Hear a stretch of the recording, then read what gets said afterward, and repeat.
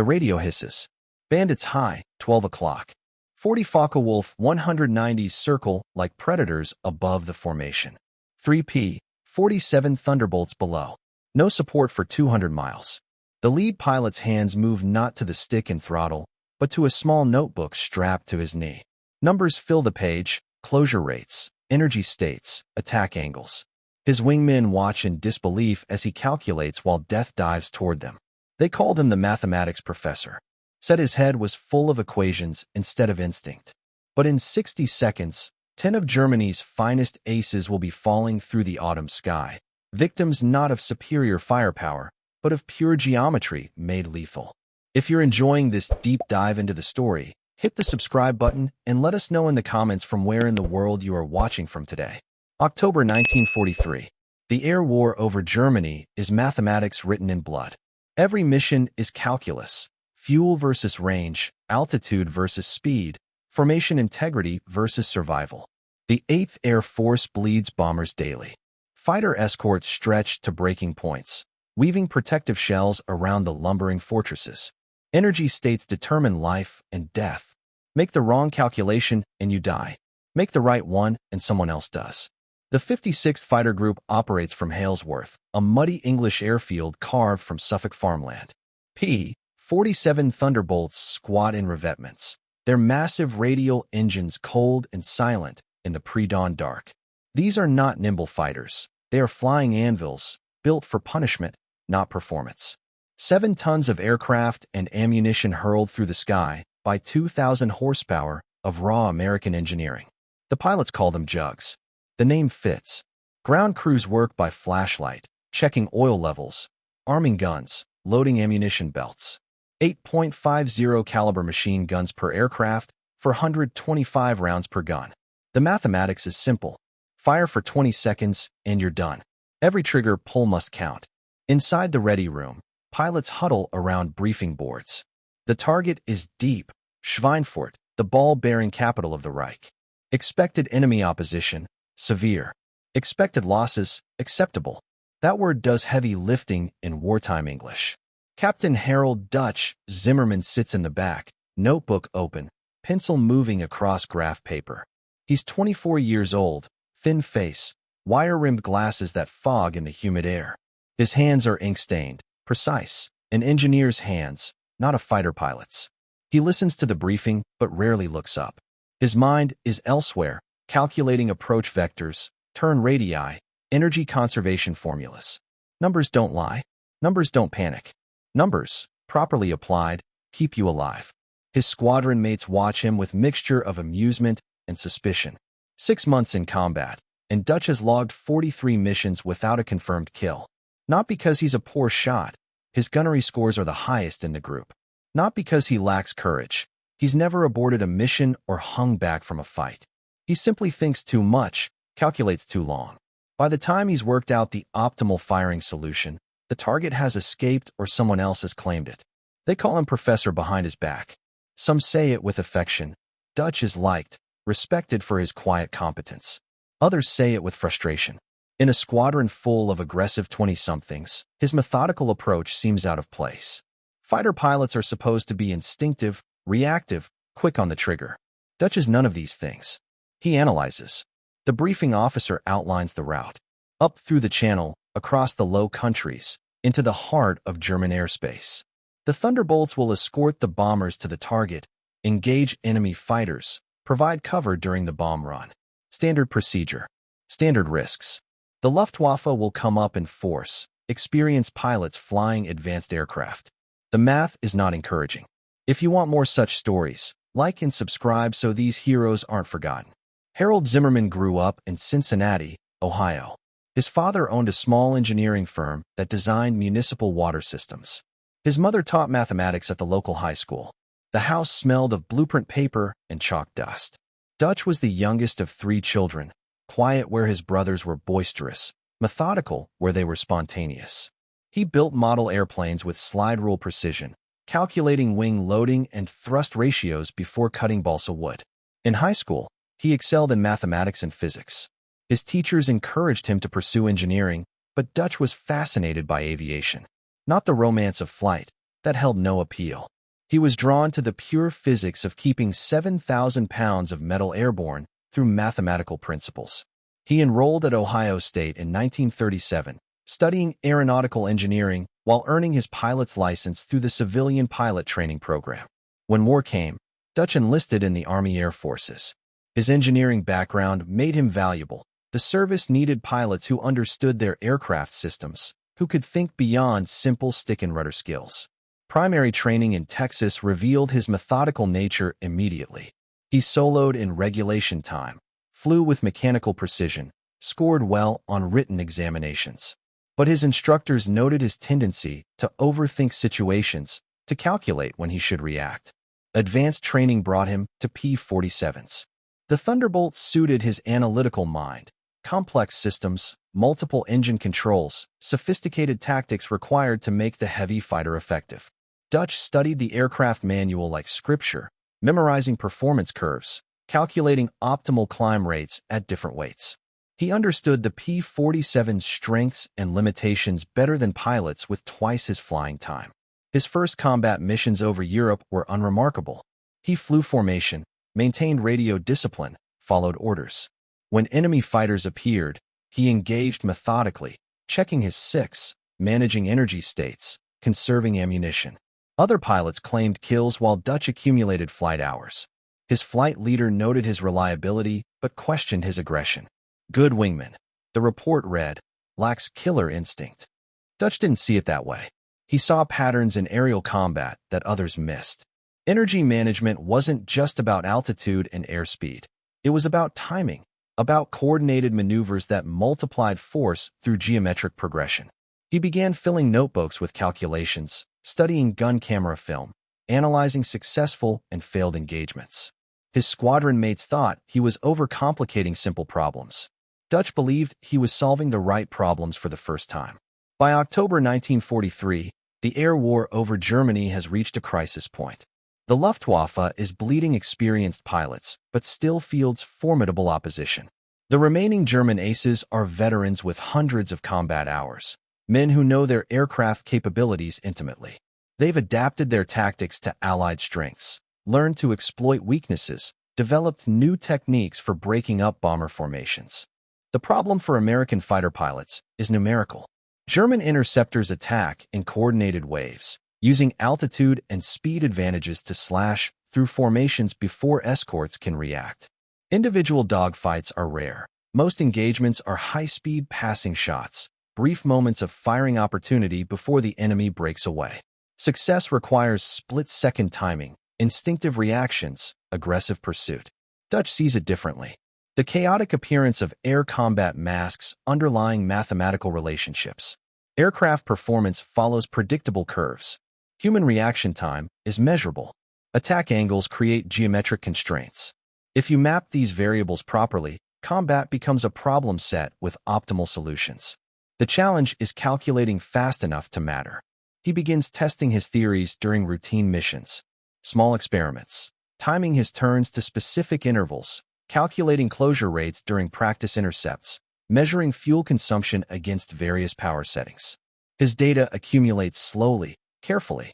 Each mission adds to his understanding of the relationship between mathematics and survival. His breakthrough comes during a mission over the Ruhr Valley in September. Dutch's flight encounters a group of Messerschmitt Bf 109s at medium altitude. Standard tactics call for an immediate climb to gain energy advantage, then a diving attack to scatter the formation. Dutch calculates differently. If the P-47s maintain level flight for exactly 18 seconds, then execute a coordinated turn at a specific angle, the German formation's reaction time will create a brief geometric window where all enemy aircraft are vulnerable simultaneously. He doesn't have time to explain the theory. He radios his wingmen, follow my lead. Maintain heading for 18 seconds, then hard left on my call. The formation holds steady while the Bf 109's close distance. At the calculated moment, Dutch keys the radio, brake left, now. The three Thunderbolts turn in perfect coordination. The German formation, committed to their attack run, cannot adjust quickly enough. For 3 seconds, their entire formation is exposed in the P-47's gun range. Dutch fires one brief burst. His wingmen follow suit. 2 Messerschmitts go down. The others scatter, confused by the precise timing of the American maneuver. At debriefing, Dutch's flight leader asks how he knew when to turn. Dutch shows him the calculations, approach speeds, turn radii, reaction time variables. The flight leader studies the numbers, shakes his head. I don't understand the math, but I understand the results. Whatever you're doing, keep doing it. Word spreads through the squadron. The professor has a system. It's not conventional. It requires absolute trust from wingmen who must follow orders they don't understand. But it works. Squadron commanders begin paying attention to Dutch's notebooks, asking questions about his methods. He explains when he can, but the mathematics is complex, the timing critical. Most pilots can't calculate fast enough to use his system effectively.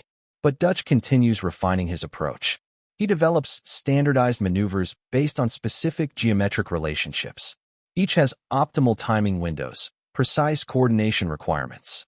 He begins training volunteer wingmen, teaching them to recognize situations where mathematical precision trumps instinctive reaction. The techniques work best with disciplined pilots who can follow complex instructions under pressure.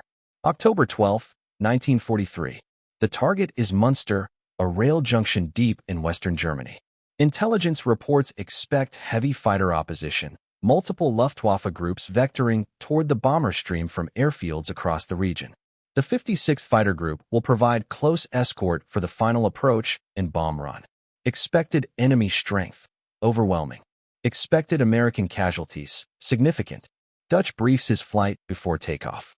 For aircraft, himself plus 3 wingmen trained in his mathematical tactics. He's drawn diagrams showing approach angles, calculated timing sequences for different scenarios.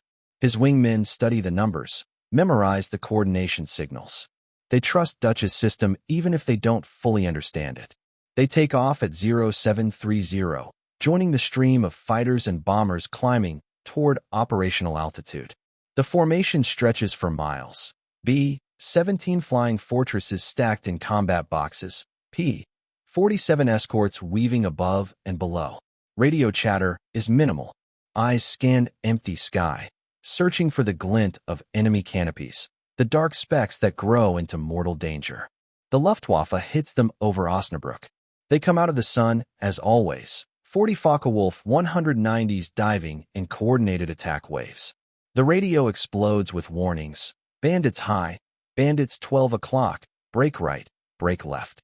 The formation fragments as individual flights engage individual enemies. The sky becomes a tangle of contrails and tracer rounds. Dutch's flight is positioned on the bomber formation's left flank when the Germans begin their attack run. He sees the enemy formation organizing, calculating their approach vector. In his notebook, numbers flow across the page: enemy speed, attack angle, time to intercept. His wingmen hold formation, waiting for orders they know will come at precisely the right moment. The Focke-Wulfs divide into 2 groups. 20 aircraft attack the bombers head-on. 20 more set up for a slashing side attack designed to scatter the escorts. Standard Luftwaffe tactics, refined through hundreds of missions. Dutch has seen this pattern before, calculated its timing, mapped its geometric relationships. If you find this story engaging, please take a moment to subscribe and enable notifications. It helps us continue producing in-depth content like this. He keys the radio, hold heading. Execute on my mark. His wingmen acknowledge but don't understand. The German side attack is forming up, gaining speed for their run. Any moment now, they'll commit to their attack vector. Standard procedure calls for the escorts to turn into the threat, break up the enemy formation before they reach the bombers. Dutch calculates a different solution. The Focke-Wulfs begin their attack run. 20 aircraft in loose formation, closing at over 400 miles per hour combined speed. Dutch counts seconds, measures angles, calculates the exact moment when the German formation will be fully committed, unable to maneuver without breaking off their attack. His pencil moves across the notebook page, confirming variables, checking the solution one final time. Execute now, he radios. Turns sequence alpha, mark, mark, mark. His flight executes a coordinated maneuver Dutch has calculated specifically for this scenario. Instead of turning into the German attack, they turn perpendicular to it, then reverse direction in a timed sequence that places all 4 P-47s in a perfect firing position relative to the enemy formation's predicted path. The timing is precise to the second. The geometry is flawless. For 10 seconds, the entire German attack formation flies through a concentrated corridor of .50 caliber machine gun fire. The Focke-Wulfs, committed to their attack run, cannot maneuver without destroying their own formation integrity.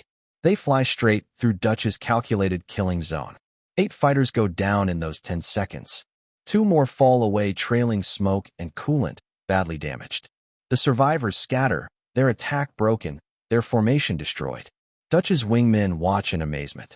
They followed orders they didn't understand and witnessed mathematical precision translated into aerial slaughter. The German aces, veteran pilots with hundreds of combat hours, had been outmaneuvered not by superior piloting, but by superior calculation. Dutch's timing had confused them completely, forcing them into a situation where their experience and instincts worked against them. But Dutch isn't finished. The head-on attack group is reforming, preparing for another run at the bombers. 20 more Focke-Wulfs, fresh and aggressive. Standard tactics would dictate defensive positioning, protective weaving above the bomber formation.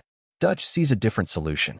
If his flight approaches from a specific angle at a calculated airspeed, the enemy formation's natural defensive reaction will create another geometric opportunity. He radios his flight. Sequence Beta. Follow my lead. They climb toward the reforming German formation, approaching not head-on but at a precise angle Dutch has calculated to trigger predictable defensive reactions. The Focke-Wulfs see them coming, begin to maneuver. Their flight leader orders a standard defensive split. Half the formation breaks left, half breaks right, creating diverging attack opportunities. Dutch has calculated this exact scenario. The timing of the German defensive split creates a 3-second window where both groups are vulnerable to coordinated fire from properly positioned P-47s. He leads his flight into the gap between the splitting formations, radios the firing command at precisely the moment his calculations predict maximum effectiveness. The second massacre is even more devastating than the first. Caught between formations, unable to provide mutual support, the Focke-Wulf pilots find themselves isolated in individual duels they cannot win. Dutch's flight destroys 6 more fighters in 30 seconds. The remaining Germans flee eastward, their mission aborted, their confidence shattered. Total engagement time, for minutes. Total enemy aircraft destroyed, 14 confirmed, for probables. Dutch's flight suffers no losses, no significant damage. The bomber formation continues to target unmolested. The mission succeeds. At debriefing, the gun camera footage plays in stunned silence. Intelligence officers count the kills, confirm the claims. Group commanders study the combat film, trying to understand what they're seeing. The mathematical precision of Dutch's tactics is unlike anything in their experience. No wild dogfighting, no instinctive maneuvering. Just calculated positioning and coordinated execution that turned 40 enemy fighters into scattered debris. Dutch submits his combat report along with his calculations. 3 pages of mathematical analysis explaining timing sequences, geometric relationships, coordination requirements. The group commander reads it twice, calls in the operations officer.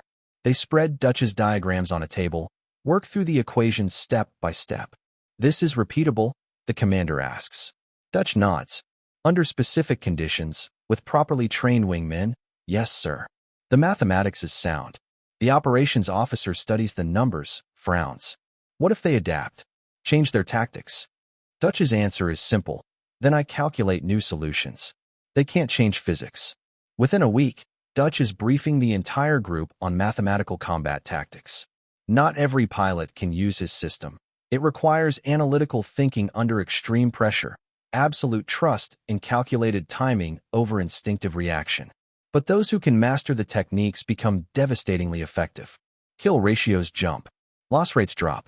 The 56th Fighter Group becomes known for precise, coordinated attacks that destroy enemy formations with mathematical efficiency. Other groups request training. Dutch travels between squadrons, teaching his timing techniques to selected pilots. He develops simplified versions of his calculations, creates standardized maneuvers that don't require complex mathematics in the cockpit. The principles spread through 8th Air Force fighter commands, adapted and refined by different units. The Luftwaffe notices. Their intelligence officers debrief surviving pilots who describe American formations executing impossibly precise, coordinated maneuvers. Warnings go out to German squadrons. The Americans have developed new tactics based on mathematical timing. Standard defensive reactions may no longer be effective. German pilots adapt slowly, cautiously. They develop counter-tactics designed to exploit the rigid timing requirements of mathematical maneuvers. But adaptation requires time, and by late 1943, the Luftwaffe has no time. American production is overwhelming German capacity. The air war is becoming one of attrition, and attrition favors the side with more aircraft, more pilots, more fuel. Dutch flies 23 more combat missions. He logs 18 additional confirmed kills using variations of his timing system. His final tally is 31 enemy aircraft destroyed, making him the leading ace in his squadron.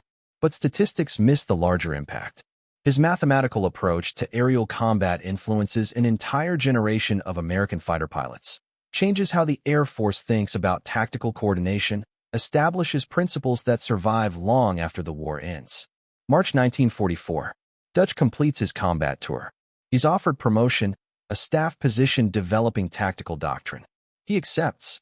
The war still needs his analytical mind, but applied to broader problems than individual combat.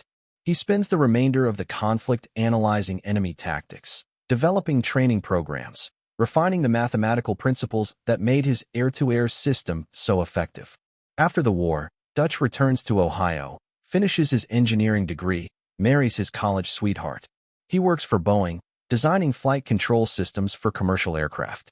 He applies the same mathematical precision to civilian aviation that made him deadly in combat. He rarely speaks about the war, even less about his combat innovations. When pressed, he describes himself as a pilot who paid attention to numbers. In 1982, an aviation historian interviews Dutch for a book about P-47 aces. The historian asks about his mathematical combat system, whether he considers himself an innovator. Dutch pauses, considers the question carefully. "I didn't invent anything," he says finally. "I just applied existing principles to new problems. Mathematics doesn't care about nationality or ideology. It works the same for everyone. I happen to use it more systematically than most." The historian asks if he was ever afraid his calculations might be wrong, that his system might fail when lives depended on it. Dutch's answer reveals the engineer's mind behind the warrior's facade. Every time. But fear doesn't change mathematical relationships. Either the physics is sound or it isn't. Either the timing is precise or it's not.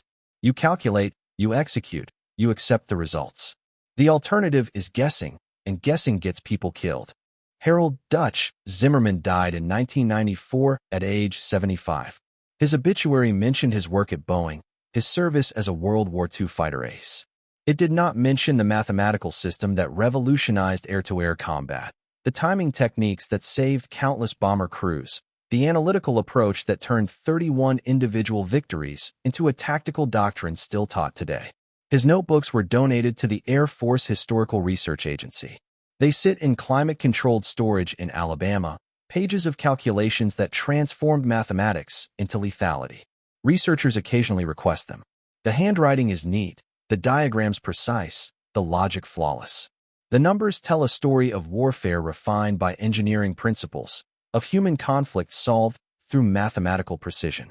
In modern fighter pilot training, timing coordination remains a fundamental skill. Instructors teach synchronized maneuvers, calculated positioning, precise execution under pressure. They don't always know the historical origins of these techniques. They simply know they work because a quiet engineer from Ohio proved that aerial combat follows mathematical laws as predictable as any other physics problem. His squadron called him professor with affection and respect. His enemies called him nothing because they died before they understood what killed them. And in 4 minutes over Germany, Dutch Zimmerman demonstrated the most dangerous truth of warfare, that the mind trained to see patterns, calculate solutions, and execute with mathematical precision will always triumph over the one that relies on instinct alone. He didn't change the war with speeches or grand gestures. He changed it with a notebook, a stopwatch, and the absolute conviction that numbers, properly applied, are more deadly than bullets. His calculations confused 10 enemy aces not because the mathematics was complex, but because it was perfect. And perfection, in war, is the rarest and most lethal weapon of all. Thank you for watching. For more detailed historical breakdowns, check out the other videos on your screen now and don't forget to subscribe.